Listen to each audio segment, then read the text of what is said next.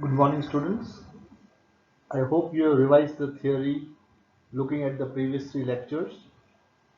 We did some concepts and also derived some formulas. So today we are going to make use of those formulae and solve some numericals. Okay? The numericals are sometimes based on 2 marks and sometimes for 3 marks. So today we'll start with lecture number 4 and we are going to solve some numericals. So numericals are based on which formula? Let us revise the formula. Q is equal to Ne, where Q is charge, N is the number of electrons, E is the charge on one electron, whose value is 1.6 into 10 raised to minus 19 coulomb.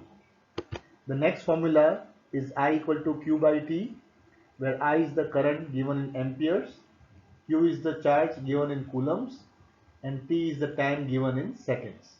I hope you remember the definition of electric current. The amount of charge passing through a cross-section area of a conductor in unit time is called electric current. The third formula is based on Ohm's law. The current passing through a conductor is directly proportional to the potential applied at the ends of the conductor. And here the constant is R, which is resistance. Resistance is the property of the material to resist the flow of charges or resist the flow of electric current. And the fourth formula is R is equal to rho L by A, where R is resistance, rho is resistivity, which depends upon the nature of the material, L is the length of the wire, and A is the cross-section area of a wire. So now let us begin with the numericals and see them. Example 1. A current of 0.5 ampere is drawn by a filament of an electric bulb for 10 minutes.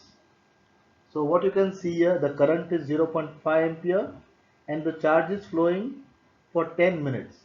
So how much electric charge is flowing through the circuit?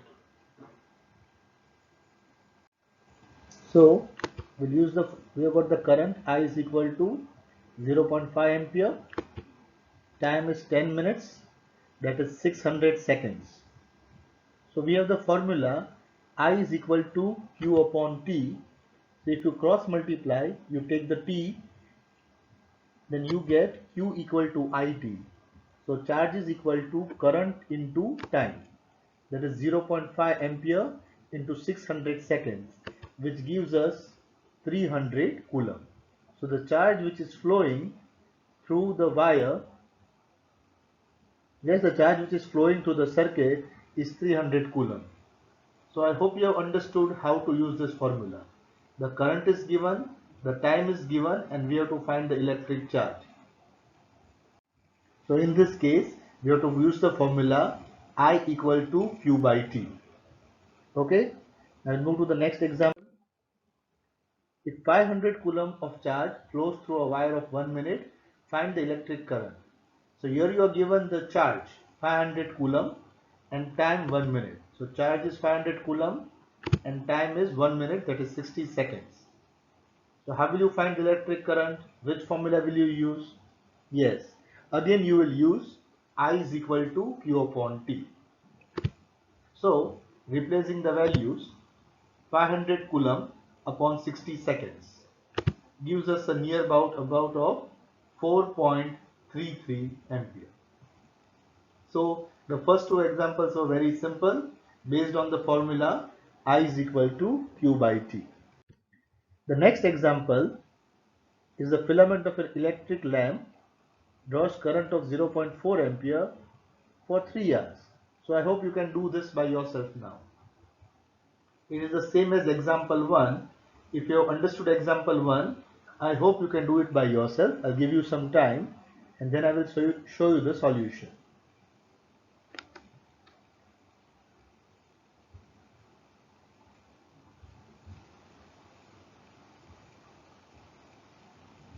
Okay, let us see the solution now. I think many of you must have got it. Current is given, time, you have to remember to convert the time hours into seconds. So 1 hour is 60 minutes and 1 minute is 60 seconds. So to convert hour into seconds, you multiply by 60 and multiply by 60, that is multiply by 3600. So the time is 10800 second. I hope you did this.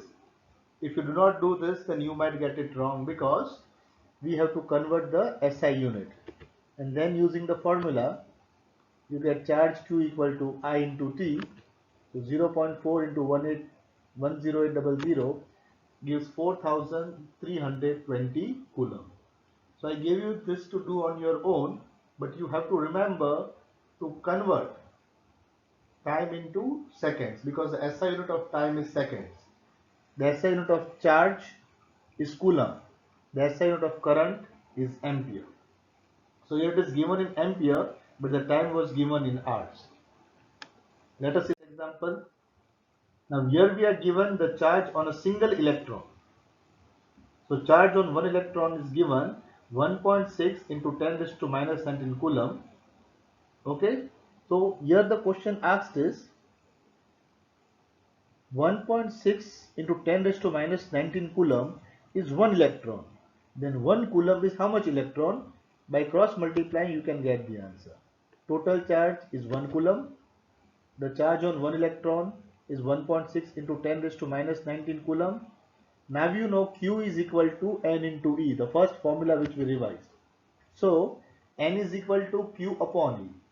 So what is Q? 1 upon 1.6 into 10 raised to minus 19 coulomb. Now I hope you do remember the mathematics. When this negative power goes into the numerator, it becomes positive. It becomes 10 raised to 90. So this is the mathematics that you should be knowing. So it becomes 1 upon 1.6. So if you solve it, the answer you should get is 6 into 10 raised to 8 electrons. Yes, so this is the answer. Now here we have the new example. We have to find the current.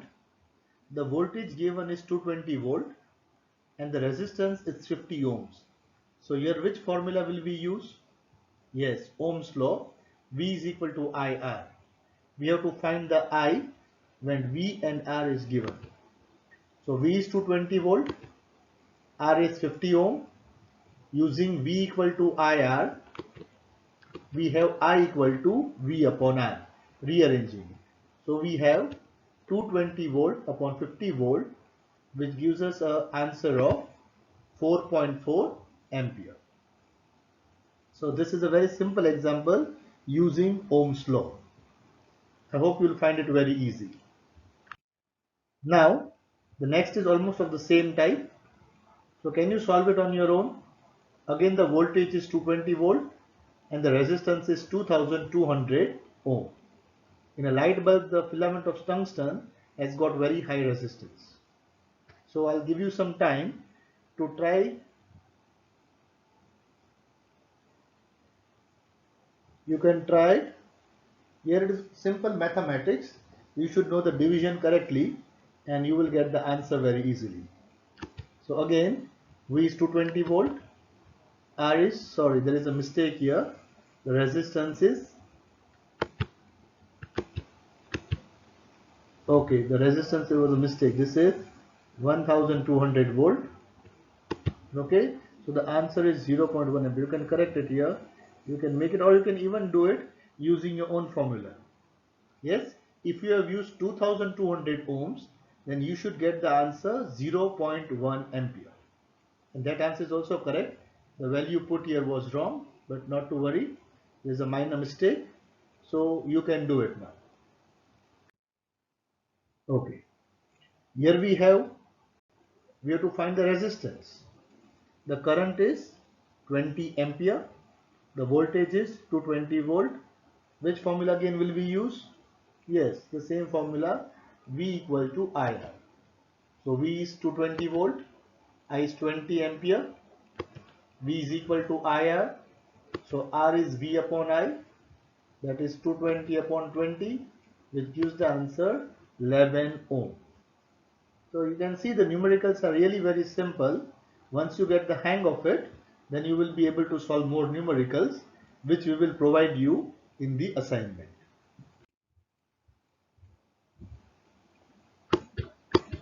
Oh, sorry, this is the same sum complete. Okay. Now this one is a different example. We are given a resistance of 26 ohm at 20 degrees Celsius. The radius of the wire is 1.5 mm. We have to find the resistivity. So which formula will we use here? R is equal to rho L by A. Yes, we have to find rho. R is given 26 ohm. L, it is said unit length, so L will be 1 meter. And area is not given, but the radius is given 1.5 mm. So how do you find the the area of a cross section area of a cylinder? In a cylinder, the cross section is a circle. So area of the circle is pi r square. So we are given length is 1 unit or 1 meter, resistance is 26 ohm, and the radius is 1.5 millimeter. So millimeter is what? How do you convert millimeter into meter? Divided by 1000. So when you divide it by 1000, you get 10 is to minus 3 meter. But that is the radius. Cross section area is pi r square. So pi into r square we'll need to do. So R equal to rho L by A. Rearranging, we get rho equal to RA upon L. So R is 26 ohm. A, area is pi r square. So value of pi is 3.14. And radius square. You can see the square, radius square upon 1 meter. Solving it, we get 1.84 into 10 raised to minus 6 ohm meter is your answer. So observe the unit of resistivity here. It is in ohm meter. So look at this carefully. This is a new formula and little different type of sum, because here the radius is given in millimeter and we have to find the area in meter square. Moving to the next sum now. Okay, this sum is a very good sum, and let us see what you think of it. We have a piece of wire of uniform cross section area. Now it is pulled. Okay, it is not cut, nothing is added to it, nothing is removed from it. It is just pulled. And how long it is pulled? Till the length becomes double. So this is something for your imagination. When you have got a wire and you pull it to make it longer, what will happen? The wire will become thinner. Yes, this is very, very important. When you have a thick wire and you pull it, it's like, when you eat your chewing gum. The chewing gum, you will find it is thick. As you stretch the chewing gum, it becomes thinner. You can even take the example of a rubber band. A broken rubber band is thick, and when you pull it, what do you observe? It is becoming thin. So same in the case of the wire. The wire has a certain thickness, but when you stretch the wire, pull it, okay, it cannot be pulled like a rubber band. You have to heat it slightly and then stretch it. So when it stretches, the length becomes double. Then what becomes about the area? Let us see. So the initial volume of the wire, how we find volume is area into length. So I have taken the initial area A1 and initial length L1. So volume is A1 L1. Now when I stretch the wire, I am adding nothing to it, I am removing nothing from it, so the volume should remain the same. That is, in the final case also, the volume V remains the same, but the length has changed to L2 and area has changed to A2. So we have A1 L1 equal to A2 L2 because the V remains the same. But it is given to us that we have pulled the wire till the length is doubled. So L2 is now twice L1. L1 was the original length and L2 is the new length, twice L1. Putting the value, we get A1 L1 I have written as it is, and A2 instead of L2 I have put here 2L1. So we get A1 equal to twice A2, means the area A2 has become half of A1. This is very, very important. So when I double the length, the area is becoming half because the volume has remained constant. So can you understand this? The volume has remained constant. So when I double the length, the area became half. Now we proceed further. The initial resistance that is called was R1 is rho L1 upon A1. Now rho in both the cases will remain the same. Why? Because we have not changed the material or the nature of the material. And R2 is rho L2 upon A2. So what have we done here? Instead of L2 we have put the value 2L1, and instead of A2 we have put A1 upon 2 half. Now this 2 goes into multiplication and becomes 4. So we have 4 rho A1 rho L1 upon A1. But what is rho L1 upon A1? It is nothing but R1. So this becomes 4R1. Now what was the value of R1? We don't know, but we can see by stretching the wire, the new resistance has become 4 times the original resistance. So let us say the original resistance was say 5 ohm, then by stretching the wire to double the length, the new resistance has become 4 5s are 20 ohm.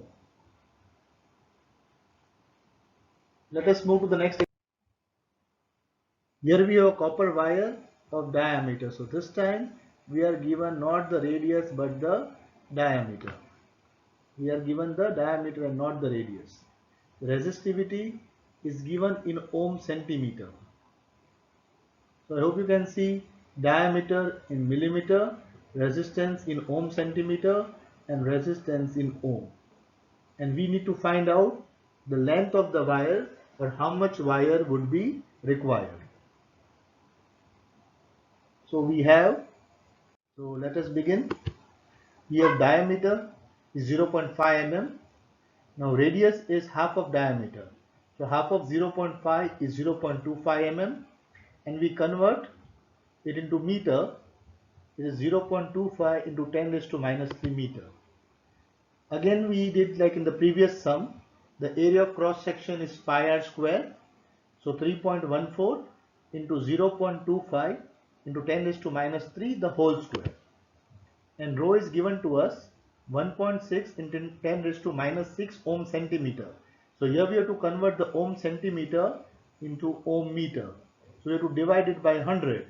So when you divide by 100, what happens? 100 is 10 raised to 2. Yes, 10 raised to 2. So when the 2 goes up, it becomes minus 2. So minus 6 minus 2 gives us minus 8. Yes, is it clear?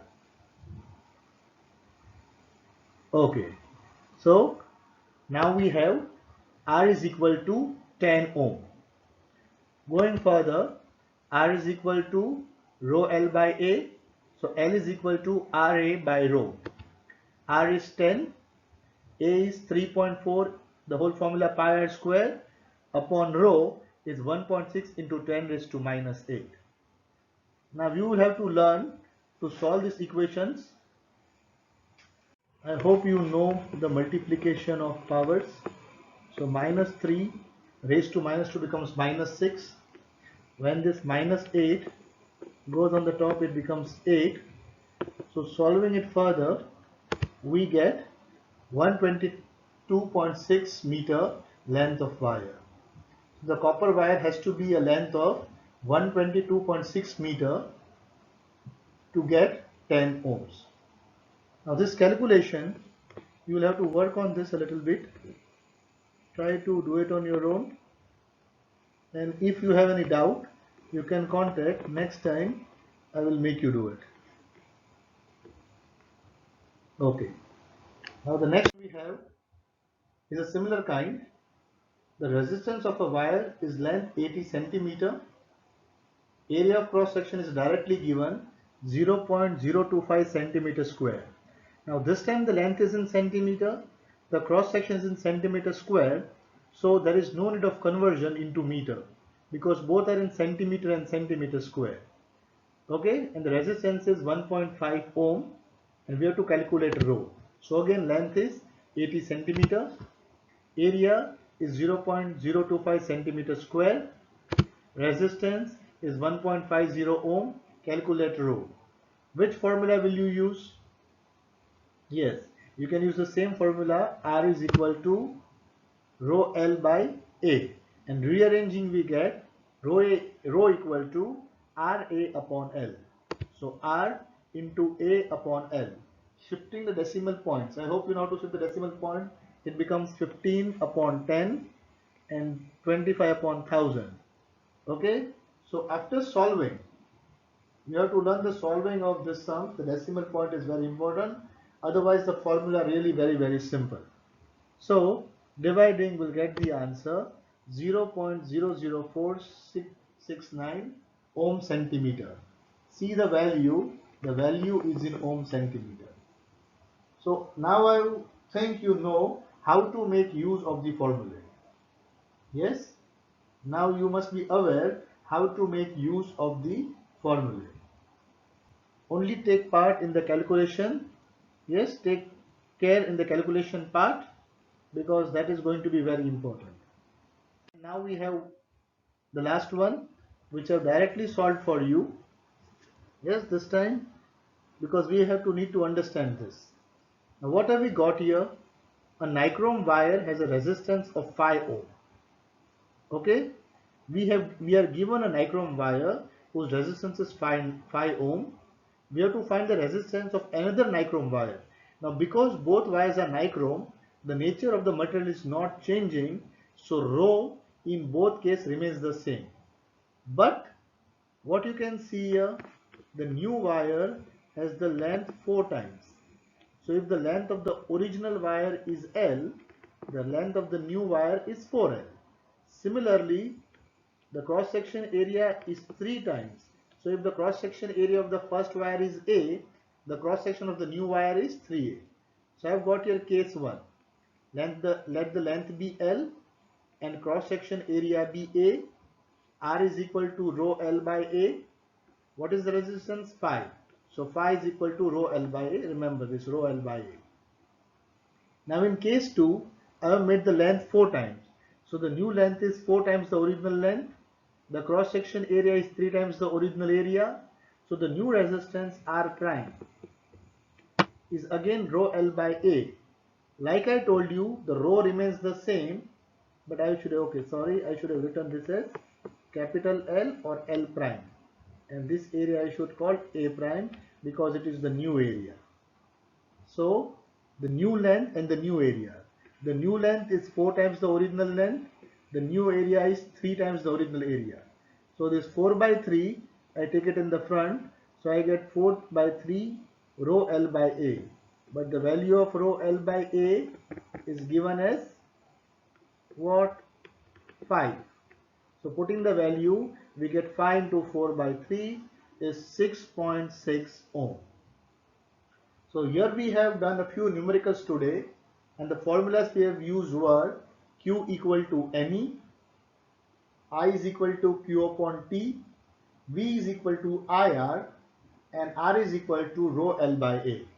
For the next time we are going to use the formula for series and parallel connection and a combination of the series and the parallel connection. So after this video, I'm going to send you a few assignment sheets of numericals, of questions. I want you to try and solve them, and I hope you have my number. I'll repeat my number again, 9624 884360. So if anyone has got any doubts, you can contact me or WhatsApp me on this number. So how did you like the numericals today? I hope you have enjoyed them. Yes, learning and studying in this time of lockdown is slightly difficult, but thank you very much for your support. I hope you people are understanding everything. Yes, in case of any doubt, if you got any doubt, kindly WhatsApp your doubt to me. So in the next lecture, I can give you an explanation of your doubts also. Okay, so we'll end it here today. Thank you very much for listening, and I'll see you tomorrow. Thank you.